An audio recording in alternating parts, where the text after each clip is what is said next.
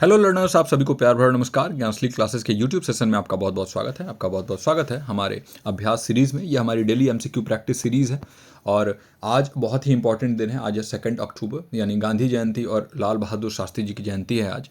तो सबसे पहले तो आप सभी को गांधी जयंती और लाल बहादुर शास्त्री जयंती की बहुत बहुत शुभकामनाएं। स्टार्ट करते हैं आज के इस सेशन को बिना किसी देरी के।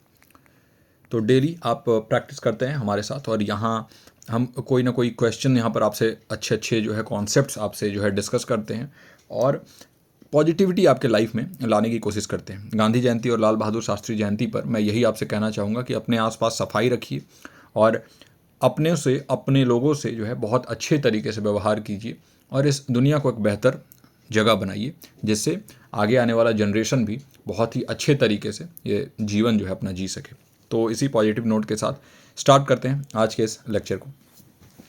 तो क्वेश्चन नंबर फर्स्ट है, which institution known for oriental learning in India emphasises the preservation of ancient manuscripts and offers specialised programmes in Vedic studies, न्याय शास्त्र एंड व्याकरण।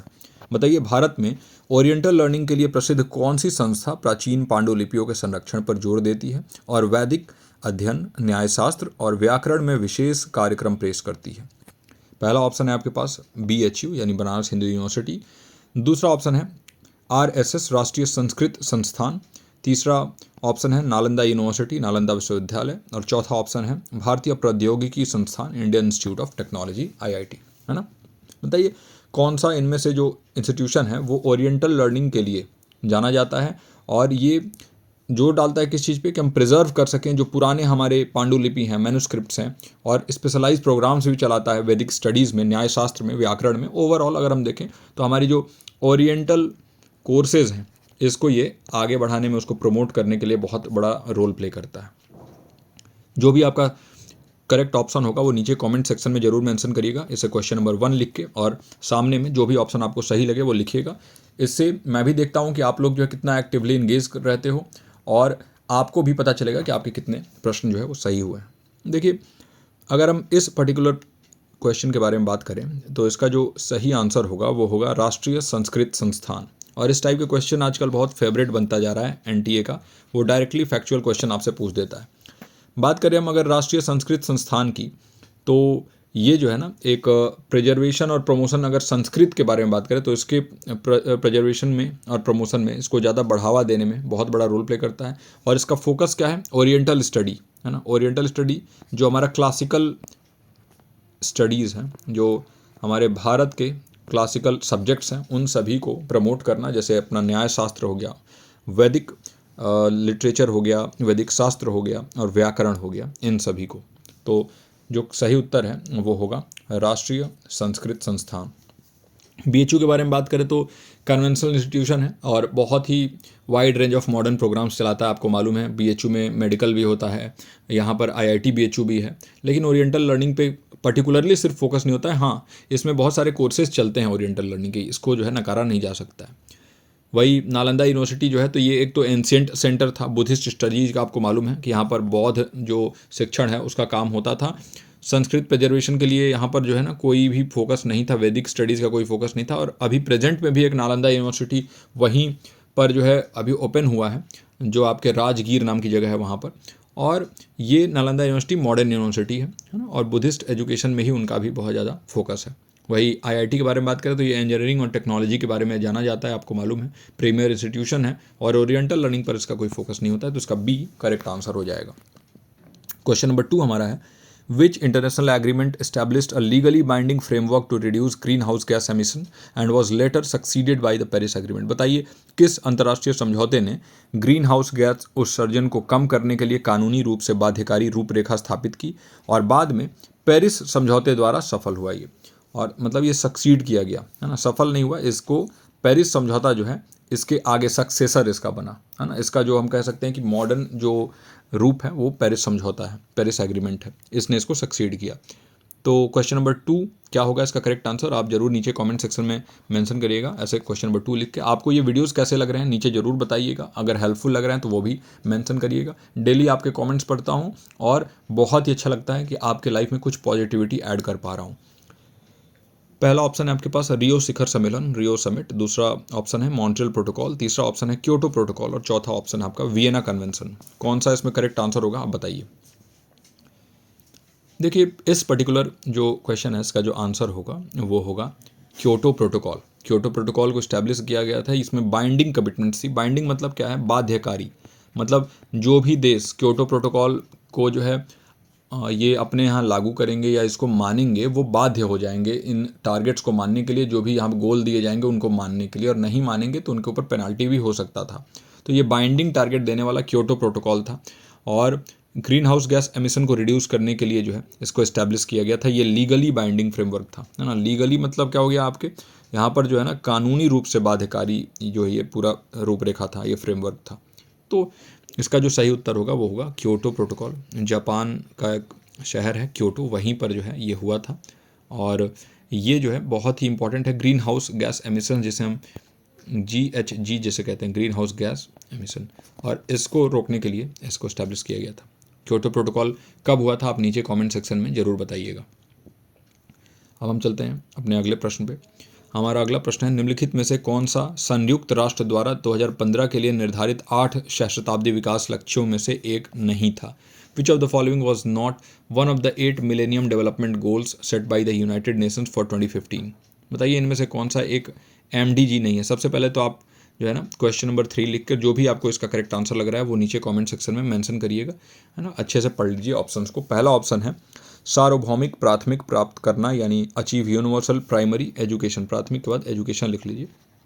सार्वभौमिक प्राथमिक शिक्षा प्राप्त करना होगा यहाँ पर, है ना, यानी कि जो प्राइमरी एजुकेशन है वो सभी तक पहुँचे, यूनिवर्सल हो जाए। दूसरा है लैंगिक समानता को बढ़ावा देना और महिलाओं को सशक्त बनाना, यानी promote gender equality and empower women.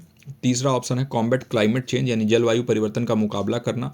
और चौथा ऑप्शन है अत्यधिक गरीबी और भुखमरी को मिटाना, eradicate extreme poverty and hunger. बताइए इनमें से कौन सा है जो 8 मिलेनियम डेवलपमेंट गोल्स थे उनमें से एक नहीं है। और इस टाइप के क्वेश्चन जो है पूछे जा रहे हैं और पूछे जाएंगे भी, तो इंपॉर्टेंट मार्क कर लीजिएगा, क्योंकि आपको सारे गोल्स याद होने चाहिए, चाहे वो सस्टेनेबल डेवलपमेंट गोल जो SDG जिसे हम कहते हैं, सतत विकास लक्ष्य, ये 17 गोल हैं, 169 टारगेट होते हैं इनमें।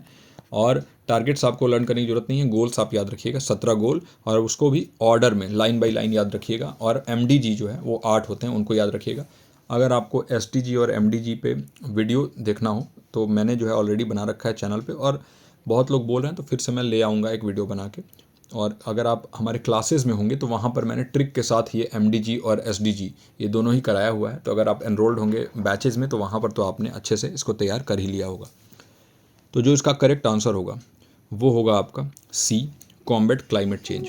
देखिए जो मिलेनियम डेवलपमेंट गोल्स हैं इनमें क्लाइमेट चेंज को लेके कोई बात नहीं हुआ था। कॉम्बैट क्लाइमेट चेंज जो है ना ये पार्ट नहीं था MDG का, लेकिन ये बाद में जो है जब सस्टेनेबल डेवलपमेंट गोल ने 2015 में सक्सीड किया मिलेनियम डेवलपमेंट गोल को, मतलब इसके बाद ये आया 2015 में, तो इसमें ज़रूर शामिल किया गया कॉम्बैटिंग क्लाइमेट चेंज को, है ना।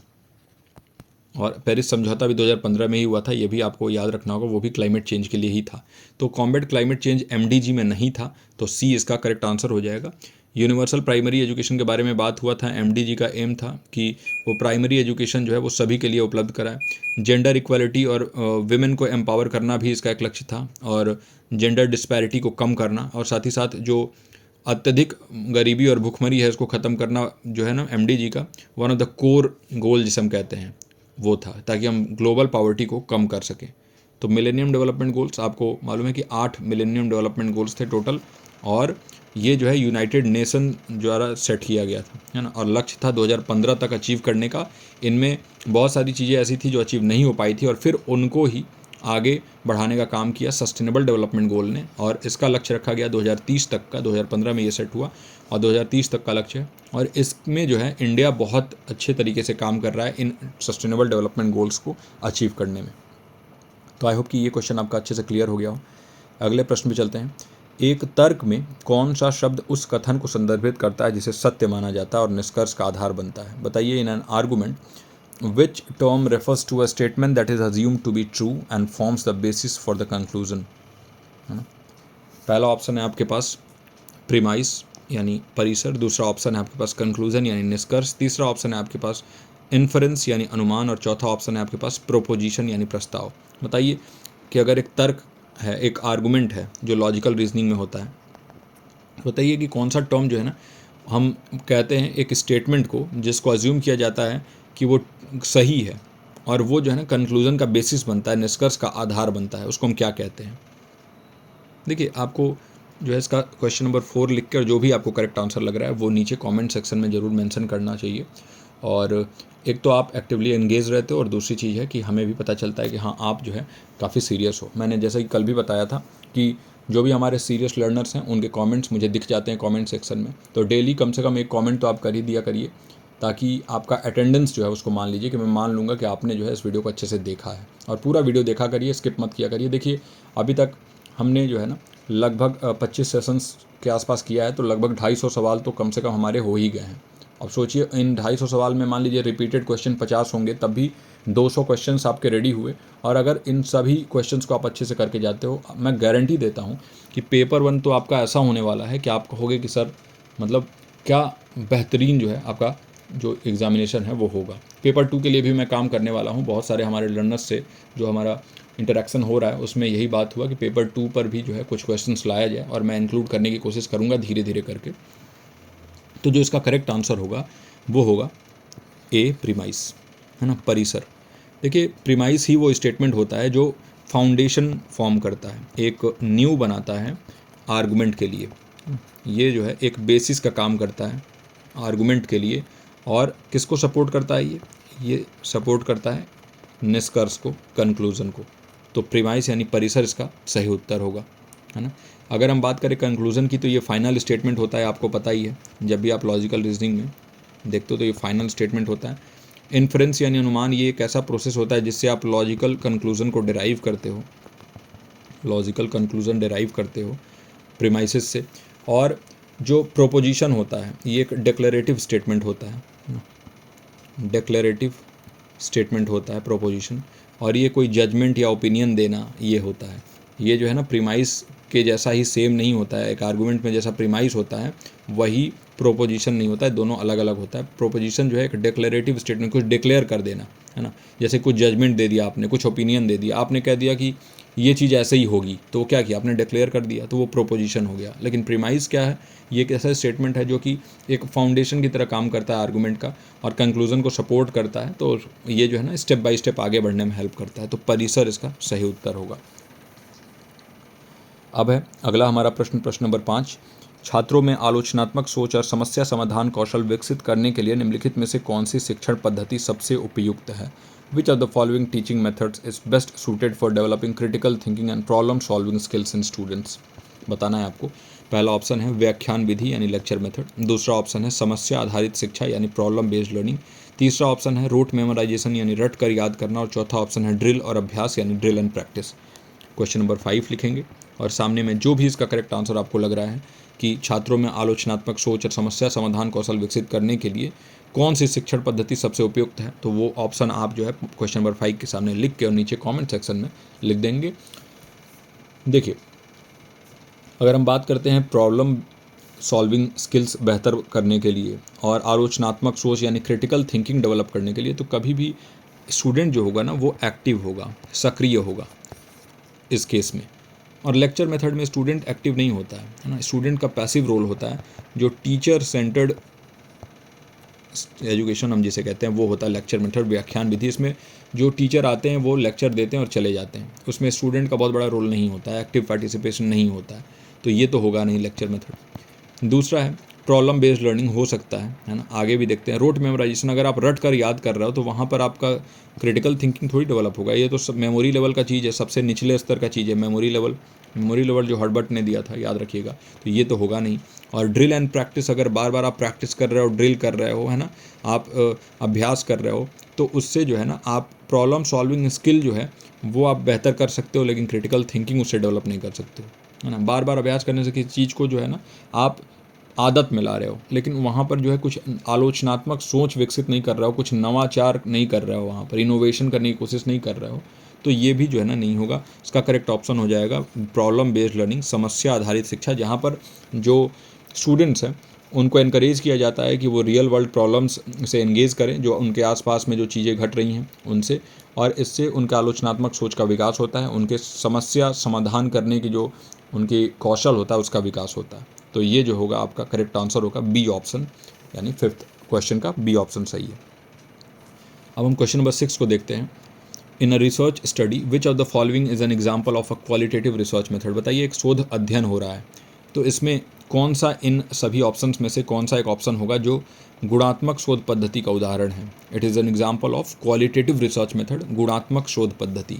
पहला है यादृच्छिक नियंत्रित परीक्षण यानी रैंडमाइज कंट्रोल ट्रायल, दूसरा है केस स्टडी, तीसरा है को रिलेशनल स्टडी और चौथा होता है मेटा एनालिसिस। तो बताइए इन चारों में से कौन सा ऑप्शन सही होगा। तो देखिए, अगर हम इन सभी ऑप्शंस को देखें, और आगे एक्सप्लेन करने से पहले मैं बता दूं, क्वेश्चन नंबर 6 लिख के और करेक्ट ऑप्शन नीचे ज़रूर कमेंट सेक्शन में मेंशन कर दीजिएगा। तो पहला ऑप्शन देखें, रैंडमाइज कंट्रोल ट्रायल। तो ये क्या होता है, ये एक क्वांटिटेटिव एक्सपेरिमेंटल मेथड है, याद रखिएगा क्वांटिटेटिव मेथड है ये।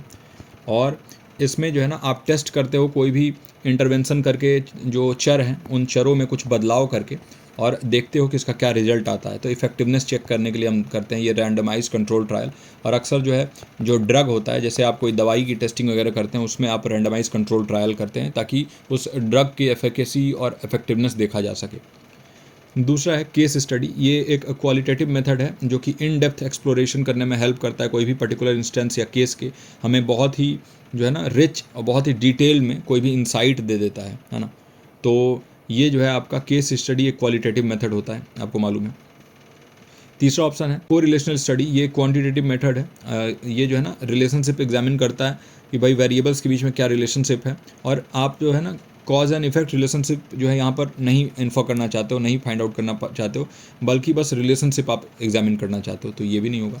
और मेटा एनालिसिस अगर हम देखें तो मेटा एनालिसिस जो है ना, ये एक स्टैटिस्टिकल टेक्निक है। और अगर बात आ जाए सांख्यिकी की, स्टैटिस्टिक्स की, तो वहाँ पर तो ये क्वांटिटेटिव हो जाएगा ना। ये स्टैटिस्टिकल टेक्निक होता है मेटा एनालिसिस, और ये कंबाइन करता है क्या, अलग अलग क्वांटिटेटिव स्टडीज़ के रिजल्ट को। जैसे मान लीजिए बहुत सारे जो है ना वो आपके स्टडीज़ हुए हैं, बहुत सारे रिसर्च हुए हैं, और वो रिसर्च किस प्रकार के हैं, मात्रात्मक अनुसंधान है, और उन सभी को साथ में ऐड करके, है ना, और एक कॉम्प्रिहेंसिव कंक्लूजन तक पहुंचना, एक व्यापक निष्कर्ष तक पहुंचना, इन सभी स्टडीज़ को जोड़ कर देखना, और फिर एक निष्कर्ष तक आप पहुंच रहे हो, तो इसको जो है ना आप कहते हो मेटा एनालिसिस। तो ये क्वांटिटेटिव होता है, क्वालिटेटिव नहीं होता है। तो इसका जो करेक्ट उत्तर या आंसर होगा वो होगा बी, केस स्टडी, है ना। केस स्टडी जो है ये एक क्वालिटेटिव मेथड होता है। क्वेश्चन नंबर 7 देखते हैं। क्वेश्चन नंबर 7 है हमारा, which of the following non conventional learning institution is focused on distance learning and offers open educational resources to promote life long learning. बहुत ही आसान क्वेश्चन है। निम्नलिखित में से कौन सा गैर पारंपरिक शिक्षण संस्थान दूरस्थ शिक्षा पर केंद्रित है, डिस्टेंस एजुकेशन, और आजीवन शिक्षा जिसे हम लाइफ लॉन्ग लर्निंग कहते हैं, इसको बढ़ावा देने के लिए खुले शैक्षिक संसाधन प्रदान करता है। ये ओपन एजुकेशनल रिसोर्सेज आपको देता है। पहला है नालंदा ओपन यूनिवर्सिटी, दूसरा है Indira Gandhi national open university, तीसरा है इंडियन इंस्टीट्यूट ऑफ साइंस, और चौथा है अलीगढ़ मुस्लिम यूनिवर्सिटी। देखिए, अगर आप ओपन एंड डिस्टेंस लर्निंग की बात करते हो तो इंडिया में सबसे रिनोन्ड जो नेम है, आपको मालूम है वो कौन सा है, IGNOU, Indira Gandhi national open university. तो इसका करेक्ट आंसर होगा बी, और इसलिए मैंने आपको इसको नीचे कमेंट सेक्शन में लिखने के लिए भी नहीं कहा, क्योंकि ये तो बहुत ही इजी क्वेश्चन है। नालंदा ओपन यूनिवर्सिटी जो है ना, आप इस टाइप का कोई ओपन यूनिवर्सिटी तो नालंदा में नहीं है। हाँ, नालंदा यूनिवर्सिटी अभी जो नया है वो खुला हुआ है, और इग्नू जैसा आउटरीच नहीं है अभी उसका। Indira Gandhi national open university जो है लार्जेस्ट यूनिवर्सिटी है डिस्टेंस एजुकेशन के लिए भारत में, और ये ओपन लर्निंग रिसोर्सेज देता है, फ्लेक्सिबल लर्निंग प्रोग्राम्स चलाता है। जो इंडियन इंस्टीट्यूट ऑफ साइंस है, ये कन्वेंशनल आपका मालूम इंस्टीट्यूशन है, और ये साइंस एंड टेक्नोलॉजी पे फोकस करता है, बहुत ही प्रीमियर इंस्टीट्यूशन है। डिस्टेंस एजुकेशन या फिर नॉन कन्वेंशनल लर्निंग पे इसका कोई फोकस नहीं होता है। और अलीगढ़ मुस्लिम यूनिवर्सिटी जो है ये कन्वेंशनल यूनिवर्सिटी है और रेगुलर प्रोग्राम्स ऑफर करता है। इसका फोकस नॉन कन्वेंशनल लर्निंग पे जो है ना वो नहीं होता है, तो ये भी नहीं होगा। इसका सही उत्तर होगा B, Indira Gandhi national open university. Question number 8 है हमारा, और ये आपके इन्वायरमेंटल प्रोटेक्शन एक्ट और प्रोटोकॉल से रिलेटेड है। Which of the following international environmental agreements focuses specifically on the conservation of biological diversity, the sustainable use of its components, and the fair and equitable sharing of benefits? तो आप देख रहे होंगे इस type के ही ऐसे type के questions आपके एग्जाम में भी देखने को मिलते हैं, जो बड़े बड़े क्वेश्चंस होते हैं, और ये आपका बहुत टाइम ख़राब कर देते हैं। ये क्वेश्चन छोटा भी बनाया जा सकता था, लेकिन आपके एग्जाम ओरिएंटेड क्वेश्चन मैं बनाता हूँ तो इसलिए इस टाइप का ही मैं इंक्लूड कर रहा हूँ, ताकि आप जो है ना धीरे धीरे आदत डाल सको इस चीज़ की। निम्नलिखित में से कौन सा अंतर्राष्ट्रीय पर्यावरण समझौता विशेष रूप से जैविक विविधता के संरक्षण, इसके घटकों के सतत उपयोग और लाभों के उचित और न्याय संगत बंटवारे पर केंद्रित है? पहला ऑप्शन है पेरिस समझौता या पेरिस एग्रीमेंट, दूसरा ऑप्शन है क्योटो प्रोटोकॉल, तीसरा ऑप्शन है जैविक विविधता पर कन्वेंशन यानी कन्वेंशन ऑन बायोलॉजिकल डाइवर्सिटी, और चौथा है रामसर कन्वेंशन। तो बताइए इन चारों में से कौन सा करेक्ट आपका आंसर होगा। क्वेश्चन नंबर 8 लिख के और जो करेक्ट ऑप्शन आपको लग रहा है वो नीचे कॉमेंट सेक्शन में जरूर मैंशन करिए। बहुत ही ईजी क्वेश्चन है और इस क्वेश्चन में ही आंसर छुपा हुआ है। देखिए, अगर हम बात करें पेरिस एग्रीमेंट की, तो पेरिस एग्रीमेंट फोकस करता है किस चीज़ पे? क्लाइमेट चेंज मिटिगेशन पे, कैसे हम निपट सकते हैं, कैसे हम सामना करें जो जलवायु परिवर्तन हो रहा है, क्लाइमेट चेंज हो रहा है उसको, और हम ग्लोबल वार्मिंग को कैसे कम करें, इसके ऊपर भी इसका जोड़ है कि कैसे 1.5 डिग्री से हमें कम पे रहना है और मैक्सिमम 2 डिग्री से नीचे ही रखना है। कार्बन एमिशन को कम करने के बारे में है। वही क्योटो प्रोटोकॉल का टारगेट देखें तो ये ग्रीन हाउस गैसेस को रिड्यूस करना और ग्लोबल क्लाइमेट चेंज को फाइट करने के लिए बनाया गया था क्योटो प्रोटोकॉल। और अगेन बोलूँगा कि कब कौन कौन से ईयर में ये स्टैब्लिश हुए थे सारे एग्रीमेंट और प्रोटोकॉल, नीचे जितना हो सके, जितना आपको याद है वो नीचे मेंशन कर दीजिए। कन्वेंशन ऑन बायोलॉजिकल डाइवर्सिटी जो CBD है, ये एक इंटरनेशनल एग्रीमेंट था और ये कब लिया गया था? देखिए, जो कन्वेंशन ऑन बायोलॉजिकल डाइवर्सिटी था, ये जो रियो डी जेनेरो में जो आपका अर्थ समिट हुआ था, है ना, उसी में लिया गया था। ये रियो समिट भी इसको बोला जाता है, पृथ्वी शिखर सम्मेलन। तो इसमें ही लिया गया था कन्वेंशन ऑन बायोलॉजिकल डाइवर्सिटी। ये एक इंटरनेशनल एग्रीमेंट था और बायोडाइवर्सिटी को कंजर्व करना और सतत तरीके से जो भी कंपोनेंट्स इसके हैं उसका यूज करना, सस्टेनेबल यूज़ करना ही इसका जो है एक लक्ष्य था। रामसर कन्वेंशन का फोकस जो वेटलैंड्स हैं हमारे, है ना, आर्द्र भूमि जिसे हम कहते हैं, उनको कैसे सस्टेनेबली जो है हम यूज़ करें और कैसे कंजर्व करें, है ना, उसके बारे में होता है रामसर कन्वेंशन। और कितने रामसर साइट्स करेंटली हैं इंडिया में, ये ज़रूर आप जो है बताइएगा नीचे कमेंट सेक्शन में। अभी सर्च करिए जाके गूगल पर और देखिए कितने रामसर साइट्स हैं, अपडेटेड वाला वर्जन देखिएगा और नीचे बताइएगा कि कितने करंट में रामसर साइट्स हैं इंडिया में। ये भी आ जाता है, कई बार आपसे क्वेश्चन पूछ लिया जाता है। ये चीज़ें मैं आपसे इसलिए कहता हूँ क्योंकि आप जो है ना वो एक्टिव रहेंगे और चीज़ों को ज़्यादा लंबे अवधि के लिए, लंबे टर्म के लिए याद रख पाएंगे। इसका जो सही उत्तर होगा वो होगा C, convention on biological diversity, यानी जैविक विविधता पर कन्वेंशन। यही जो है आपको बायोडाइवर्सिटी को कंजर्व करने, इसके कंपोनेंट्स को सस्टेनेबली यूज़ करने और fair and equitable sharing of benefits के बारे में बात करता है कि जो भी बेनिफिट्स हो बहुत ही फेयर तरीके से शेयर हो। हमारा अगला क्वेश्चन है, विच of the following millennium development goals was specifically aimed at reducing child mortality rates by 2/3 by the year 2015? बताइए निम्नलिखित में से किस सहस्त्राब्दी विकास लक्ष्य का उद्देश्य विशेष रूप से वर्ष 2015 तक बाल मृत्यु दर को 2/3 तक कम करना था?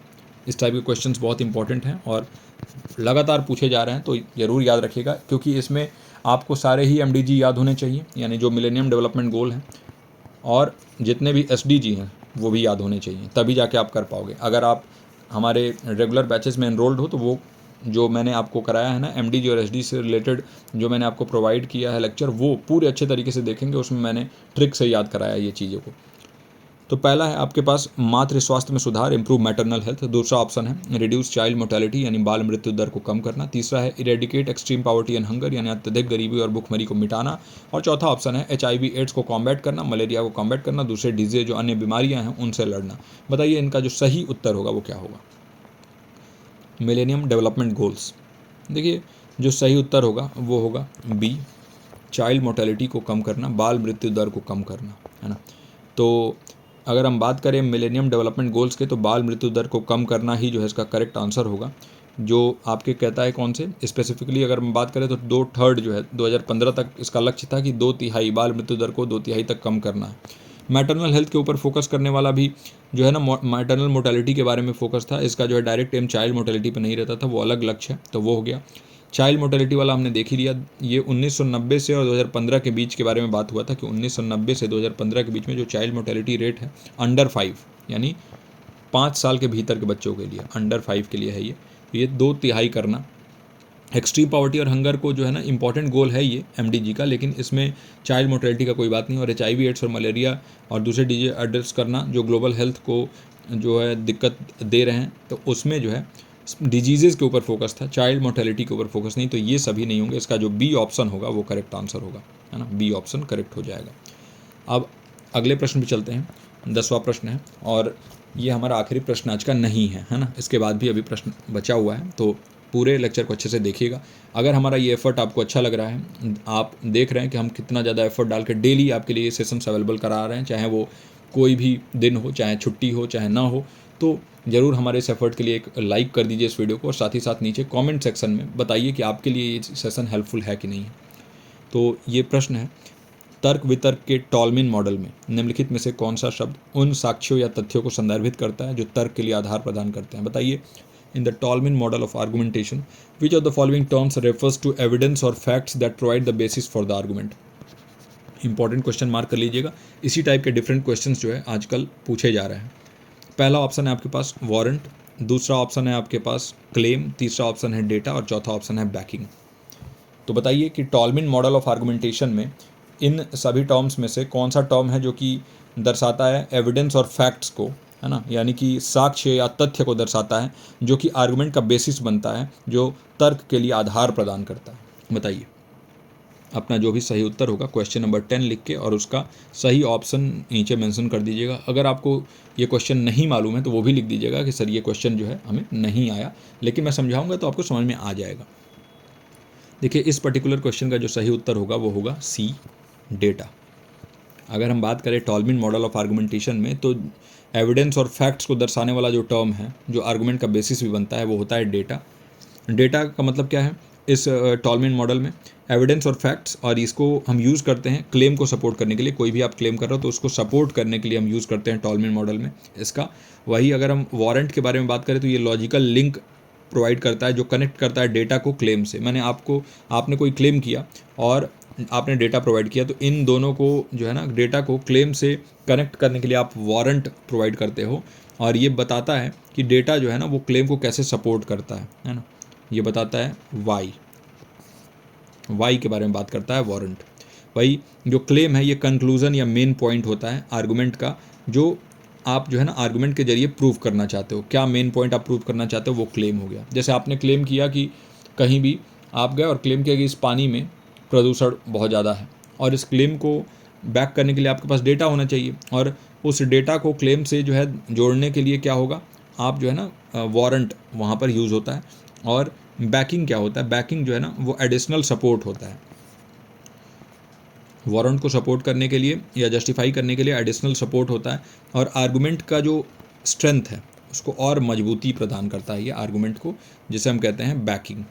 तो ये आपका बैकिंग हो गया, है ना। तो आई होप कि ये आपका बिल्कुल अच्छे तरीके से सारे ही ऑप्शंस क्लियर हो गए हों। टॉलमिन मॉडल ऑफ आर्गुमेंटेशन में डेटा जो है यही रेफर करता है एविडेंस और फैक्ट्स, जो कि बेसिस बनता है आर्गुमेंट के लिए। अब हमारा अगला प्रश्न है टीचिंग एप्टीट्यूड से, और ये है आखिरी प्रश्न आज का। Which of the following theories of learning emphasises that knowledge is constructed through social interaction and is particularly effective when learners collaborate with peers? सीखने का निम्नलिखित में से कौन सा सिद्धांत इस बात पर जोर देता है कि ज्ञान का निर्माण सामाजिक संपर्क के माध्यम से होता है, और यह विशेष रूप से प्रभावी होता है जब शिक्षार्थी साथियों के साथ सहयोग करते हैं? पहला ऑप्शन है आपके पास व्यवहारवाद या बिहेवियरिज्म, दूसरा ऑप्शन है रचनावाद या कंस्ट्रक्टिविज्म, तीसरा ऑप्शन है मानवतावाद या ह्यूमनिज्म, चौथा ऑप्शन है संज्ञानात्मकवाद यानी कॉग्निटिविज्म। बताइए इनमें से कौन सा सही उत्तर है। कह रहा है कि कौन सी इनमें से थ्योरीज हैं जो कि किस चीज़ पे फोकस करती हैं, इस बात पर जोर देती है कि ज्ञान का निर्माण सामाजिक संपर्क के माध्यम से होता है। देखिए यहीं पर सब सारी जो है आंसर की समरी आपको मिलेगी। सोशल इंटरेक्शन के थ्रू अगर आप नॉलेज को कंस्ट्रक्ट कर रहे हो, और ख़ास तौर से जब लर्नर्स अपने सहपाठी से कोलैबोरेट करके कुछ सीख रहे हैं, है ना, अपने साथियों से सहयोग के माध्यम से कुछ सीख रहे हैं, तो बताइए इनमें से वो कौन से जो थ्योरीज हैं इसको फॉलो कर रहे हैं।